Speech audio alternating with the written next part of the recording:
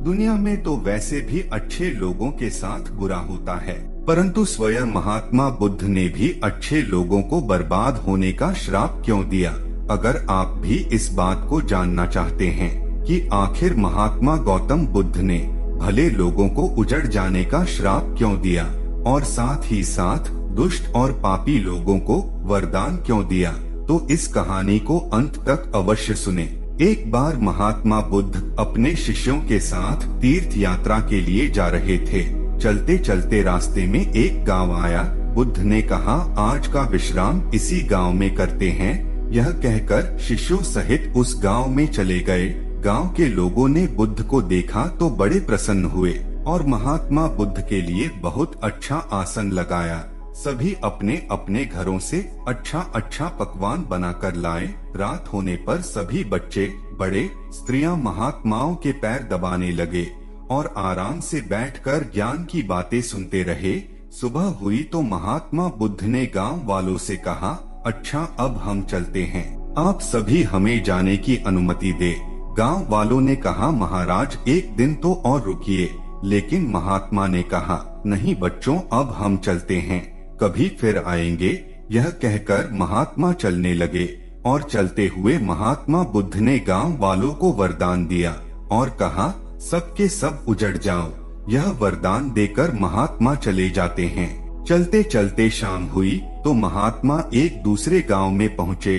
वहां पहुँचते ही बच्चों का बड़ा सा झुंड दौड़ा आया और महात्माओं को चारों तरफ से घेर कर कोई मिट्टी फेंकता है तो कोई कीचड़ फेंकता है, शोर मचाने लगे।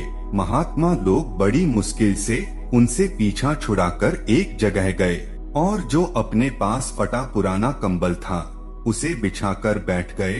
काफी देर बाद गांव के कुछ बड़े व बूढ़े आए। वे सब भी महात्माओं को देखकर हंसने लगे और मजाक उड़ाने लगे। एक जवान ने तो बुद्ध और उनके भिक्षुओं का कंबल ही छीन लिया और कहा, इनके क्या काम आएगा, कम से कम मेरी भैंस तो ओढ़ेगी।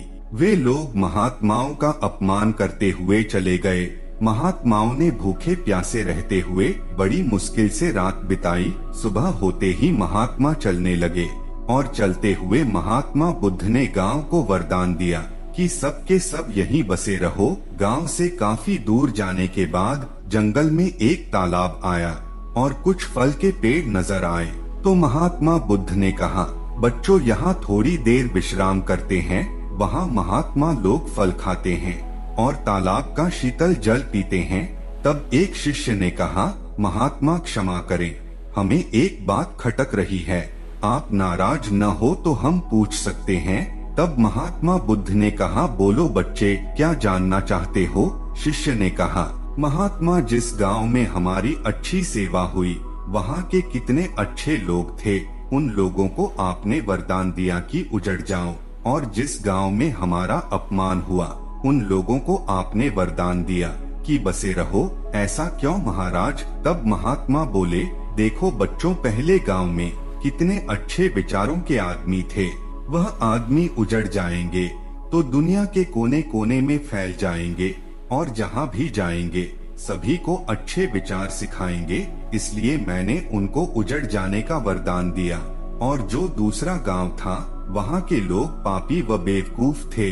वे जहाँ भी जाएंगे तो अन्य लोगों को पाप व अन्याय करना ही सिखाएंगे। इसलिए उनका एक जगह ही टिका रहना ठीक है। इसी कारण मैंने उनको वरदान दिया कि बसे रहो। महात्मा की बात सुनकर सभी शिष्य अत्यधिक प्रभावित हुए।